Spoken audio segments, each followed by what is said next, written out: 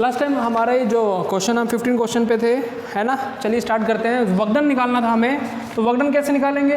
Q यहाँ से यहाँ का, तो डी स्मॉल वक्डन लिख लें, तो डी डब्ल्यू कितना आया था? क्यू डी वी क्या होता है? E dot x, electric field x में है तो आप एक्स वाली कंडीशन ले लें। तो कहाँ से कहाँ गए हम?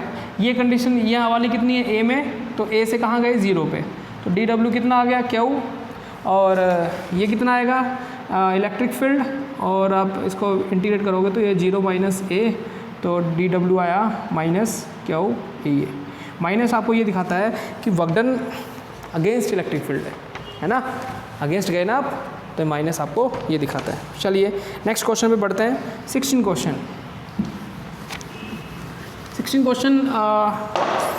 16 नंबर क्वेश्चन ये है, बहुत अच्छा क्वेश्चन है।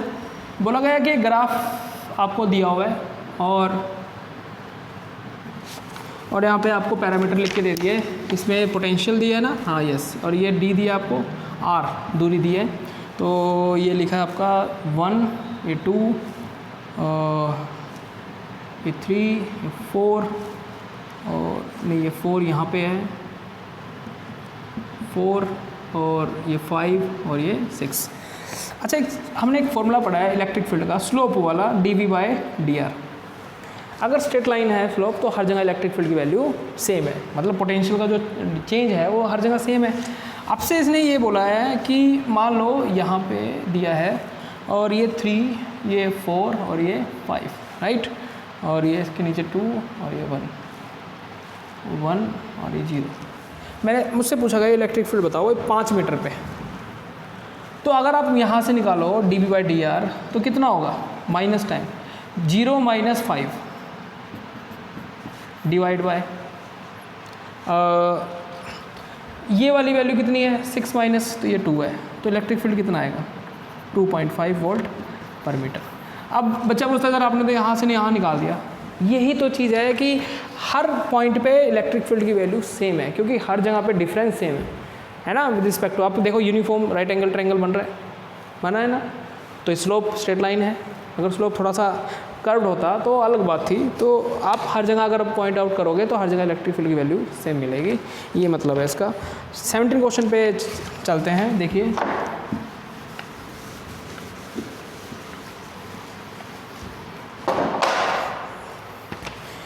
क्वेश्चन जब स्टेटमेंट आप पढ़ते हो तो वहाँ पे आपका कंसेप्ट काम आता है। जब आप वीडियो लेक्चर्स आप देखते हो तो हम कोशिश करते हैं कंसेप्ट समझाने की, तो आप उनको समझिए, कोशिश करिए, तभी आपसे क्वेश्चन हो पाएंगे, है ना। पेपर ज़्यादा टफ नहीं था, मीडियम था। 17 क्वेश्चन देखिए। 17 क्वेश्चन में आपको बोला कि 2 रिंग है, ठीक है भाई, 2 रिंग है और रेडियस r ले लिया दोनों का, और दूरी d है सेंटर टू सेंटर। ये क्वेश्चन भी कर चुके हैं। पोटेंशियल C1 C2, यहाँ पोटेंशियल पूछा है V1 माइनस V2, ठीक है भाई। तो V1 पोटेंशियल बताइए, ये चार्ज इसमें माइनस क्यू, इस पर कितना है? Plus Q. मैं दोनों लिख देता हूँ, आपको आइडिया आ जाएगा। उस पर निकालिए तो आएगा क्यू बाय आर, और माइनस क्यू, और ये कितना आएगा? √r² प्लस d², ठीक है। माइनस क्यों आया? क्योंकि ये माइनस क्यू चार्ज है। इसके कारण बताओ, इसके कारण आएगा के माइनस क्यू बाय आर, है ना, और इस पे आ गया, और प्लस के Q bye r² plus d², ठीक है। इसमें से इसको माइनस करोगे तो ऑप्शन क्या आएगी आपकी? D option, right. चलिए आगे नेक्स्ट बढ़ते हैं। 18 क्वेश्चन हम कर चुके हैं, आपको पहले भी करवा चुके हैं ये क्वेश्चन। ये वाला आपसे इलेक्ट्रिक फील्ड पूछा है ना। ये एंगल 30 डिग्री था, तो इसका आंसर क्या आया था? 2 वोल्ट पर मीटर, और 120 डिग्री एक्सिस से, एक्स एक्सिस से एंगल पे था। ये कर चुके हैं ना ये क्वेश्चन हम, है कि नहीं। चलिए आगे बढ़ते हैं। अब नेक्स्ट क्वेश्चन है 19 क्वेश्चन में आपसे बोला गया कि भाई एक क्यू चार्ज है, और यहाँ से एक v स्पीड से एक चार्ज पार्टिकल को हमने फायर कर दिया, तो ये r दूरी पे जाकर रुक जाता है।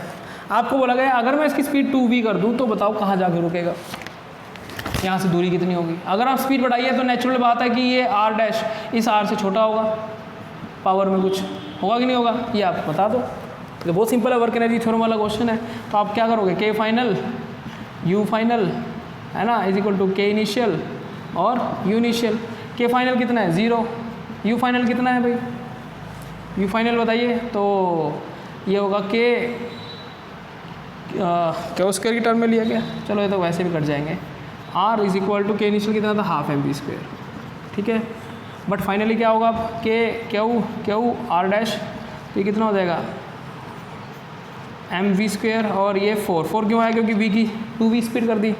तो के क्यू बाय ये आप लिख सकते हो इसको 4, और ये इनिशियल काइनेटिक एनर्जी है इसकी हाफ एम वी स्क्वायर किसके बराबर है, K Q by R half M V square. अगर देखो तो इसके बराबर है ना is equal to R dash, तो कितना है आर बाय 4, ख़त्म, ठीक है।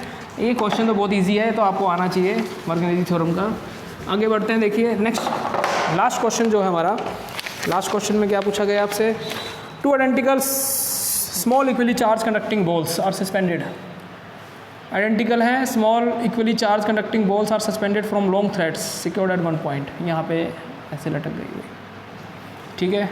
और ये लेंथ L है और ये बॉल है A और ये बॉल है B, और आपसे बोला गया कि इक्विलिब्रियम में है, ठीक है।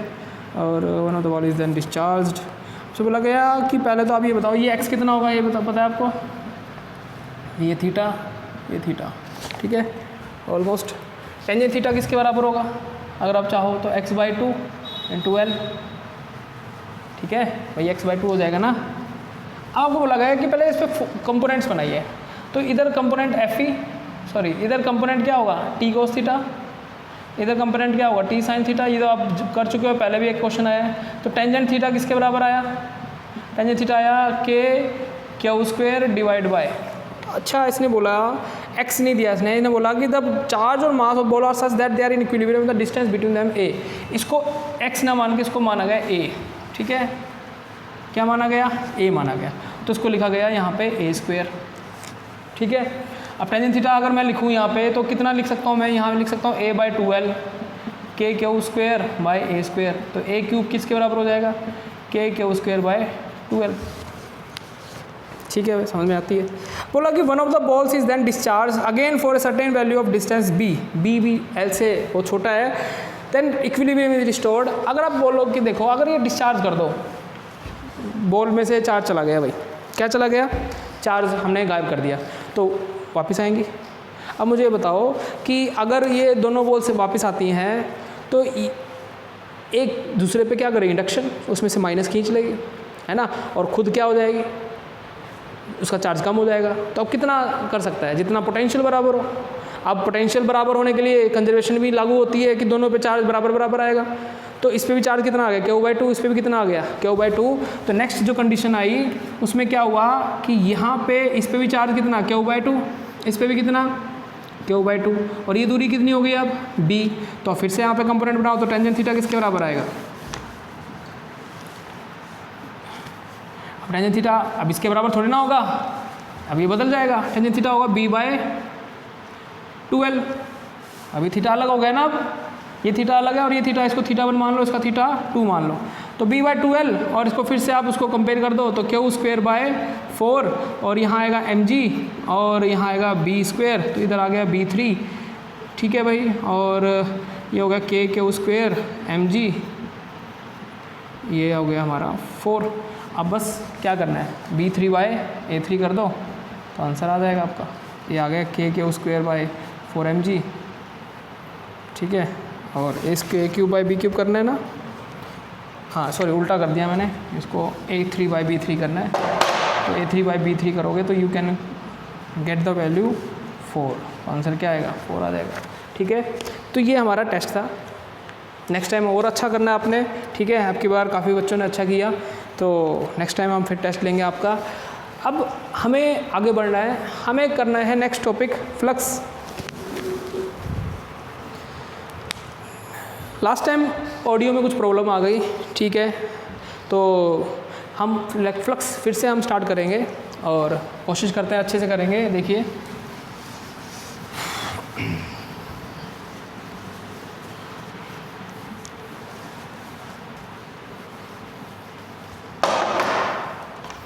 इलेक्ट्रिक फ्लक्स बेसिकली क्या होता है भाई, मान लो मेरे हाथ में मेरे पास एक कट्टा है जिसमें गेहूँ है 50 किलो, एक में है 2 किलो, तो कहाँ अमाउंट ज़्यादा है? 50 किलो में, जायज़ सी बात है। आपने देखा है कि आपके मोबाइल की बैटरी लगभग 5 वोल्ट की होती है, ठीक है, हम जीप भी लगा लेते हैं, इसमें हमें कोई फ़र्क नहीं पड़ता। 5 वोल्ट का मतलब क्या लिखा था यहाँ पे? 5 जूल 1 कूलम। भाई 5 जूल मतलब 1 कूलम चार्ज 5 जूल की एनर्जी दे सकता है हमें, ठीक है, चलिए समझ में आता है। मैं 220 लिखूँ तो कितना मतलब है इसका? 220 वोल्ट। तो इसका मतलब क्या है कि 220 जूल का काम कर सकता है। बेसिकली ये एनर्जी आई कहाँ से? किसने दी एनर्जी? अगर आप यहाँ पे प्लस क्यू बैठा है तो ये क्यों जाएगा कहीं पे? बट मैं सडनली एक प्लेट लिया हूँ प्लस वाली, तो आप बताओ ये यहाँ रुकेगा? नहीं, ये दौड़ गया भाई। अभी कितना दौड़ गया ये तो इस पे डिपेंड करता है ना कि इसने इस पे क्या बनाया? फील्ड बनाया। क्या बनाया? कितना? फील्ड बनाया। तो बेसिकली एनर्जी ही इलेक्ट्रिक फील्ड से ही हम पढ़ेंगे। तो इलेक्ट्रिक फील्ड जो है उसको मापने का जो तरीका है, जो मेजरमेंट करने का, उसको हमने नया नाम दिया जिसको बोला जाता है इलेक्ट्रिक फ्लक्स। क्या बोला जाता है भाई? Electric flux. अब इलेक्ट्रिक फ्लक्स क्या होता है? इलेक्ट्रिक फ्लक्स में हम मेजरमेंट करते हैं इलेक्ट्रिक फील्ड लाइंस की, मोटी मोटी बात है।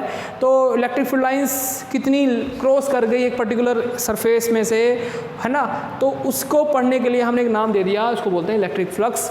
तो इसमें पढ़ने से पहले हमें एक चीज़ पढ़नी है, इसको बोलते हैं एरिया वेक्टर। एरिया कौन सी क्वांटिटी होती है? तो बच्चे बोलते हैं जी एरिया, मोस्टली बच्चा स्केलर बोल देता है। स्केलर थोड़ी ना है, एरिया वेक्टर क्वांटिटी है। वेक्टर क्वांटिटी कैसे है भाई? अब मैं अगर आपको बोलूँ कि जैसे कि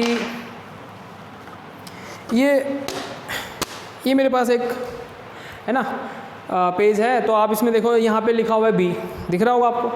मुझे तो नहीं दिख रहा, ठीक है, क्योंकि ये पूरा सरफेस, अगर मैं आपको बोलूँगी इसका एरिया कितना है तो आपने जल्दी से आपने फटाफट करके बता दिया, बोला जी इसकी ये लेंथ तो है 2 सेंटीमीटर, ये है 10 सेंटीमीटर, तो एरिया कितना हो गया? 20 सेंटीमीटर स्क्वायर। ये तो मैग्नीट्यूड निकाल दिया आपने। क्या निकाल दिया? मैग्नीट्यूड। बट डायरेक्शन क्या है इसकी? तो डायरेक्शन हमेशा याद रखना, फिर बोल रहा हूँ नॉर्मल होती है सरफेस के, ठीक है, मतलब आपको दिख रहा है ना, तो ये नॉर्मल ही है। अगर मैं इसको ऐसे कर दूँ तो भाई अब बताइए कहाँ दिखेगा? ऊपर। अगर ऐसे कर दूँ तो अब मुझे दिखेगा, है ना। अब यहाँ पे कुछ दिख रहा होगा आपको, जेड मिलेगा लिखा हुआ, ठीक है। अब उल्टा दिख रहा है, बनी सीधा दिख रहा है, देखिए। तो ये अब पॉइंट आउट हुआ आपकी तरफ। अब मैं अगर इसको ऐसे कर दूँ तो अब ये पॉइंट आउट कहाँ हो रहा है? राइट में। अगर इधर कर दूँ तो लेफ्ट में, आपके तो लेफ्ट में है ना। तो एरिया आपको दोनों से बताना है, मैग्नीट्यूड से बताना है और डायरेक्शन से बताना है, ठीक है। अगर मैं बोलूँ कि मेरे पास एक रिंग है और इसका रेडियस है 2 सेंटीमीटर और इसको रख दिया मैंने x और y, मुझे बताओ एरिया विद स्केलर है या वेक्टर है? अगर वेक्टर है तो इसकी डायरेक्शन भी बतानी पड़ेगी आपको। स्केलर से तो आप फटाफट निकाल दोगे, पाई आर स्क्वायर करके, पाई इंटू 2 इंटू 10⁻⁻² का स्क्वायर, ये तो आपने मैग्नीट्यूड निकाल दिया।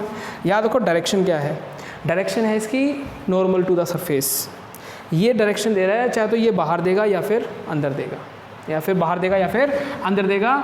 ये चाहे तो इसका आंसर आएगा 4 इंटू 4 पाई इंटू 10⁻² के कैप प्लस, या फिर 4 पाई इंटू 10⁻² माइनस के कैप।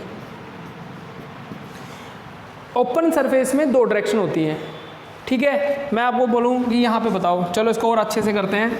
अगर मैंने बोला कि मेरे पास साइड दे दी मैंने आपको, ये वाई एक्सिस है और ये एक्स एक्सिस है, तो चलो इसको जेड मान लो, तो ये बाहर वाली एक्स हो गई, वाई हो गई, ठीक है भाई। ये है 5 सेंटीमीटर, ये है 2 सेंटीमीटर, और ये पॉइंट मैंने नाम दे दिया A B C D, A B cross A D और A D cross A B. दोनों का आंसर बताओ क्या आएगा? मैग्नीट्यूड तो सेम आएगा बट डायरेक्शन बदल जाएगी, देखना। अब अगर मैं A B cross A D करूँ तो ए बी तो ऊपर है, ए डी कहाँ है? इधर। ये तो इस बी सी पैरेलल है ना ए डी के। तो मैं अगर ऐसे करूँ तो मेरा थंब कहाँ शो कर रहा है? डायरेक्शन इनवर्ड, नॉर्मल है ना इस सरफेस के, ठीक है। तो इसका आंसर क्या आएगा? 5 इंटू 2, तो ये आ गया 10 सेंटीमीटर स्क्वायर। और यहाँ लिखूँगा मैं माइनस जे कैप। तो माइनस क्यों आया? क्योंकि इसका जो डायरेक्शन है सरफेस का वो अंदर की तरफ ले लिया। अगर मैं बाहर ले आऊँगा तो AD क्रॉस AB करो, तो ये रहा AD, ठीक है। अब उंगलियाँ ऐसे तो नहीं कर सकता, तो आप ऐसे करोगे तो ये रहा AD और ये रहा AB, तो अब डायरेक्शन कहाँ दिखा रहा है? बाहर। तो अब इसका आंसर क्या आएगा? तो 10 centimetre square plus J cap, बार वही माना है ना आपने। आपकी इच्छा है वो तो कोऑर्डिनेट हम अपनी इच्छा से ले सकते हैं, स्टेटमेंट पे डिपेंड करता है। तो area is a vector quantity, magnitude और सब कुछ आपको क्लियर होना चाहिए। अब इलेक्ट्रिक फ्लक्स बेसिकली एक मेजरमेंट है एनर्जी को मापने का, इलेक्ट्रिक फील्ड की फॉर्म में, क्योंकि इलेक्ट्रिक फील्ड ही एनर्जी होती है बेसिकली, उसी के कारण तो चार्ज दौड़ता है, पोटेंशियल फील करता है वो। अच्छा, अब बच्चे कहते हैं सर इलेक्ट्रिक फ्लक्स में एरिया और इलेक्ट्रिक फील्ड कैसे वेरी करते हैं? मैं आपको बता के दिखाता हूँ। देखिए, मान लो ये बात क्लियर हो गई है ना, area is a vector quantity, इसको क्रॉस प्रोडक्ट से निकाल के हम देख सकते हैं। देखिए आगे, अब नेक्स्ट है हमारा टॉपिक है जैसे कि इलेक्ट्रिक फ्लक्स में भाई फ्लक्स को रिप्रेजेंट किया जाएगा फाई से, है ना, स्टैंडर्ड है, हर बुक में स्टैंडर्ड नोटेशन है इसकी फाई ई। ऐसा ही आप पढ़ोगे फोर्थ यूनिट में इलेक्ट्रोमैग्नेटिक इंडक्शन में, जिसमें फ्लक्स, मैग्नेटिक फ्लक्स पढ़ा जाएगा, इलेक्ट्रिक फ्लक्स वहाँ पे। बट एक चीज़ है कि इलेक्ट्रिक फ्लक्स और मैग्नेटिक फ्लक्स में फॉर्मूला लगभग सेम है। यहाँ इलेक्ट्रिक फील्ड है और वहाँ पे मैग्नेटिक फील्ड है, डायमेंशन बदल जाएंगी, बट हूबहू ऐसे पढ़ाया जाएगा। अभी समझ लें, बाद में आपको दिक्कत नहीं आएगी, है ना, जल्दी समझ में आ जाएगा, फटाफट कर लेंगे उसको। इलेक्ट्रिक फ्लक्स, अब मैं आपको बोलूँ कि मान लो मैंने फील्ड लाइंस बनाई है ऐसे, एक क्रॉस का मतलब क्या है बता सकते हो आप? एक क्रॉस का मतलब है कि फील्ड लाइंस पीछे से आई और अंदर चली गई, इनवर्ड क्रॉस, ठीक है, ये इस एरिया में। बहुत बढ़िया भाई। अच्छा, अगर मैंने क्या किया, एक सेकंड देखिए,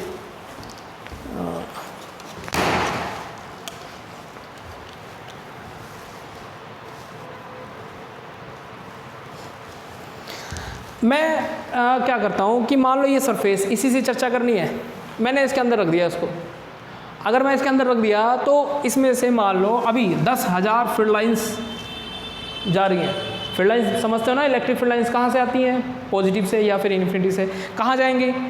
माइनस में जाएंगी या फिर इन्फिनिटी जाएंगी। तो मैंने यहाँ 10,000 फील्ड लाइंस से पास हो रही हैं, ठीक है, एनर्जी है 10,000 के हिसाब से एनर्जी हमने मैच कर ली, ठीक है, समझ लिया। अब मैंने फील्ड लाइंस बढ़ा दी, 10,000 की जगह पे 20,000 कर दी। अब तो क्या बढ़ गया? तो मैं बोलूँगा उसकी अमाउंट बढ़ गई, फ्लक्स बढ़ गया। तो फ्लक्स अगर ई बढ़ जाए तो भी फ्लक्स बढ़ता है, तो हमने यहाँ पे लिख लिया flux depend upon electric field, ठीक है, तो ऐसे लिख दिया। तो क्या बढ़ा? इलेक्ट्रिक फील्ड लाइंस बढ़ी। क्या इसका एरिया चेंज हुआ क्या? नहीं। डायरेक्शन चेंज हुई क्या? नहीं, कुछ नहीं चेंज किया भाई मैंने, ठीक है। तो इलेक्ट्रिक फील्ड चेंज हो गया, तो क्या चेंज हो गया? फ्लक्स। अब मैं इसको और आगे बढ़ाया मैंने, अब मैंने बोला कि चलो ई तो हम फिक्स कर देते हैं, 10,000 कर दिया, इसको नहीं मैं बदलता, चार्ज जैसे रखे हैं वहाँ पे वैसे ही हैं। तो यहाँ जो फ्लक्स इलेक्ट्रिक फील्ड के कारण था वो तो कांस्टेंट हो गया। अब बात आती है कि कहा गया कि मान लो ये ऐसे था यहाँ पे, क्या ये पूरा एरिया इसके साथ लिंक हो रहा है? क्या इसमें से पूरे में से इसके बस इससे कॉन्टेक्ट से होना चाहिए फील्ड लाइंस। तो ये अगर मैं इसको थोड़ा ऊपर करूँ तो एरिया चेंज हो रहा है ना, जो इस रीजन में आ रहा है। तो अगर मैं इसको वैसे लेके जाऊँ तो एरिया जितना ज़्यादा होगा उतना फ्लक्स ज़्यादा होगा, उतना ज़्यादा इसमें से क्या क्रॉस करेंगी फील्ड लाइंस। तो फ्लक्स एक और चीज़ पे डिपेंड करता है, एरिया पे, है ना। एरिया मैग्नीट्यूड में तो चाहिए, वेक्टर क्वांटिटी है तो उसका डायरेक्शन भी चाहिए ज़्यादा, हमें इंपॉर्टेंट है। अभी आपको डायरेक्शन वाली बात भी समझ में आ जाएगी। तो अगर मैं इसका एरिया बढ़ा दूँ, ये है तो इसमें से 10,000 फील्ड लाइंस पास हो रही हैं, है ना। अगर मैं मान लो इसकी जगह पे ये ले लूँ, ये एरिया है, तो इसमें से मान लो 6,000 पास हो रही है, तो इसमें फ्लक्स कम हो गया, फ्लक्स कम हो गया ना। एक तो छोटे से एरिया होल में से हवा आए, एक पूरी खिड़की में से हवा आए, तो हवा लगेगी तो ज़्यादा खिड़की वाले में से लगेगी ना, तो इसका मतलब वहाँ फ्लक्स ज़्यादा है। ऐसे ही फ्लक्स इसको पढ़ा गया कि इलेक्ट्रिक फील्ड लाइंस जितना एरिया से लिंक होती हैं, जितनी अमाउंट चार्ज जो फील्ड लाइंस क्रिएट करता है, जितनी से लिंक करेंगे उसको फ्लक्स बोला गया। तो फ्लक्स ई पे भी डिपेंड करता है, फ्लक्स एरिया पे भी डिपेंड करता है। और तो और देखिए कि मान लो मैंने ये ऐसे रखा हुआ था पूरा का पूरा ऐसे, अब मैंने इसको बदल के इसकी ओरिएंटेशन ऐसे कर दी, तो बताओ इस सरफेस में से क्या कोई फील्ड लाइंस पास हो रही हैं क्या? ऐसे चली गई पैरेलल, गई ना पैरेलल ऐसे, फील्ड लाइंस ऐसी थी ना। अगर मैं ऐसे फील्ड लाइंस है, अगर मैं इसको ऐसे कर दूँ तो अब बताओ एरिया वेक्टर की डायरेक्शन कहाँ हो गई? ऊपर हो गई। बट इसके साथ कितना एंगल है इस फील्ड लाइंस के साथ? इसकी एरिया वेक्टर की जो डायरेक्शन है, एंगल कितना हो गया? 90। तो 90 पे फील्ड लाइंस 0 क्रॉस कर रही हैं, तो कौन सा ट्रिग्नोमेट्री फंक्शन है जो 0 दिखाए 90 डिग्री एंगल पे? कोस। तो एक और चीज़ डिपेंड करती है ना, flux also depend upon theta और इन टर्म ऑफ कोस। तो इसको पूरा अगर लिखें तो फ्लक्स का एक फॉर्मूला बनता है, फ्लक्स होता है ई ए कोस थीटा, और फाई ई लिखा जाएगा ई डॉट ए, तो बोलता है फॉर यूनिफॉर्म सरफेस, है ना, uniform surface. Electric flux basically electric flux is the number of field lines crossing through a cross section area normally. जब ये क्रॉस करती है क्रॉस सेक्शन एरिया को नॉर्मली, तो उसको बोला जाता है इलेक्ट्रिक फ्लक्स। बेसिकली ये मेजरमेंट ये है कि कितनी field lines, electric field lines एक एरिया को क्रॉस करती हैं, उसी से मतलब है। ये 3 चीज़ों पे डिपेंड करता है, इलेक्ट्रिक फील्ड पे, एरिया पे और थीटा पे। फिर बोल रहा हूँ, ये चेंज होगा तो ये चेंज होगा, ये चेंज होगा तो भी ये चेंज होगा, अगर ये चेंज होगा तो भी ये चेंज होगा। ठीक है। अगर मैं आपको बोलूँ कि ओपन सरफेस है, अब ये तो हो गया यूनिफॉर्म सरफेस। अगर नॉन यूनिफॉर्म हो तो for non uniform, non uniform का मतलब मान लो फील्ड लाइंस ऐसी हैं और एक स्फीयर है छोटा सा, वो ऐसे है। अब देखो यहाँ पे ये इलेक्ट्रिक फील्ड है और इसका एरिया वेक्टर यहाँ हो गया। भाई एरिया वेक्टर ओपन सरफेस में तो हमें पता है कि नॉर्मल होता है सरफेस के, सरफेस कहीं भी ले लो, क्लोज ले लो, ओपन ले लो, हमेशा नॉर्मली लेना है। बट अब ये अगर क्लोज सरफेस हो गया तो इसका एरिया वेक्टर हमेशा आउटवर्ड लेना है। कैसा लेना है? हमेशा आउटवर्ड। इनवर्ड से तो कोई लेना देना ही नहीं हमें, हमें तो बाहर से मतलब है। तो यहाँ पे देखो एरिया वेक्टर ऐसे हो गया, यहाँ एरिया वेक्टर ऐसे हो गया, यहाँ पे ऐसे हो गया। देखो हर जगह नॉर्मल बना रहा है ना एंगल 90 डिग्री, देखो। तो बट इलेक्ट्रिक फील्ड लाइंस यहाँ एंगल कितना बना रही है? θ1। यहाँ पे बना रही है 0, यहाँ बना रही है 180। एरिया वेक्टर है ना ये, इलेक्ट्रिक फील्ड इधर जा रहा है, तो एंगल तो मैटर करेगा इसमें।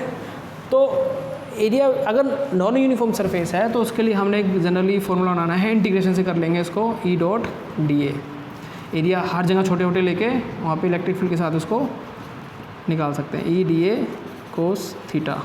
एक ये फॉर्मूला है जो हमें काफ़ी काम आएगा, एक ये फॉर्मूला है जो हमें काफ़ी काम आएगा। इसकी यूनिट फटाफट लिख लो आप जल्दी से। यूनिट क्या होगी भाई? इसकी यूनिट होगी वोल्ट मीटर और न्यूटन पर कूलम मीटर स्क्वायर, है ना। इलेक्ट्रिक फील्ड की यूनिट हमें पता है वोल्ट पर मीटर होती है, तो ऊपर मीटर स्क्वायर कट जाएगा। डायमेंशन फॉर्मूला निकाल दें फटाफट फ्लक्स का, वो क्या होगा? इसका डायमेंशन फॉर्मूला क्या होगा? फोर्स बाय चार्ज, ये हो गया ml 3 t-3 a-1। ये डायमेंशन फॉर्मूला हो गया, है ना। बेसिक चीज़ें जो हमें जनरली आनी चाहिए, दिक्कत ना है हमें आगे पढ़ने में। तो डायमेंशन फॉर्मूला सही है ना? बिल्कुल, है ना। इसका डायमेंशन हो गया ml t-2, ये l3, ठीक है बिल्कुल। ये एक क्या चीज़ है?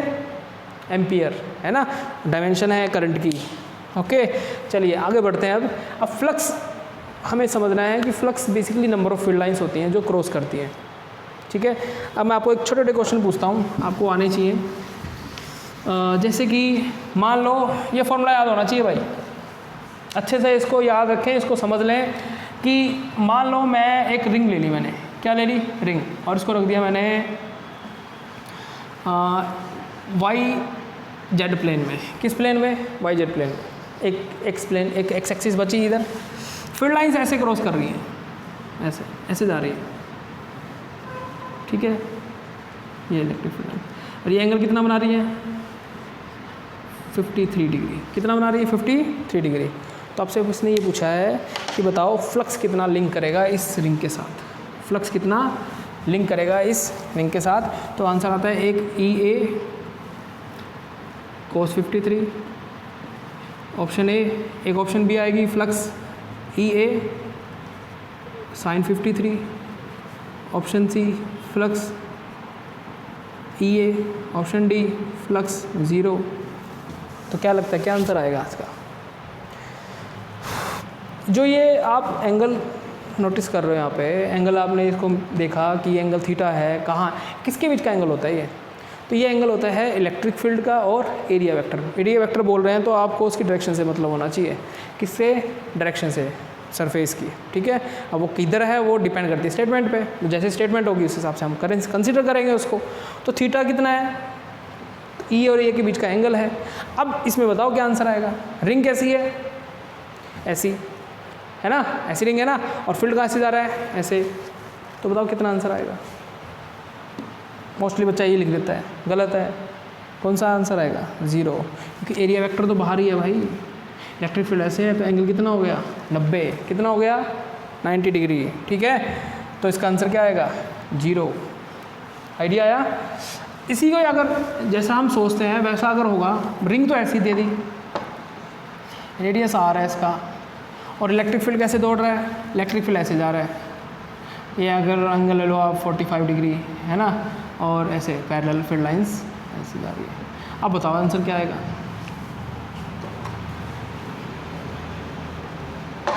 45 डिग्री, 45 डिग्री। अब सोचो क्या आएगा आंसर। अब बताओ कितना आंसर, कितना एंगल है भाई इलेक्ट्रिक फील्ड के और उसके बीच का एंगल कितना है, सोचो।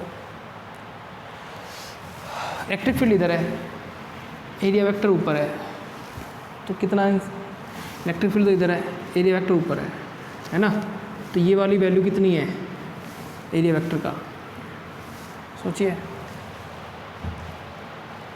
कितना एंगल बना गया एरिया वेक्टर के साथ, साइन 45 डिग्री है ना, तो आंसर क्या आएगा, बी। अब देखो 0 नहीं है एंगल, सॉरी 90 डिग्री नहीं है एंगल। आइडिया आया, ठीक है। तो अब अपना आंसर मैच करना, और ये ऐसे अगर क्वेश्चन आए तो इसमें हमने घबराने की ज़रूरत नहीं है। और जनरली क्या होता है इलेक्ट्रिक फ्लक्स में बहुत सारे क्वेश्चन हैं, अच्छे अच्छे क्वेश्चन हैं। आगे नेक्स्ट लेक्चर में हमें क्वेश्चन ही करने हैं, हमने इलेक्ट्रिक फ्लक्स से गॉस थ्योरम पढ़नी है, ठीक है। और जितना अच्छे से करेंगे उतना आपके लिए बढ़िया, मेरे लिए भी बढ़िया, मुझे क्वेश्चन देने में अच्छा लगेगा।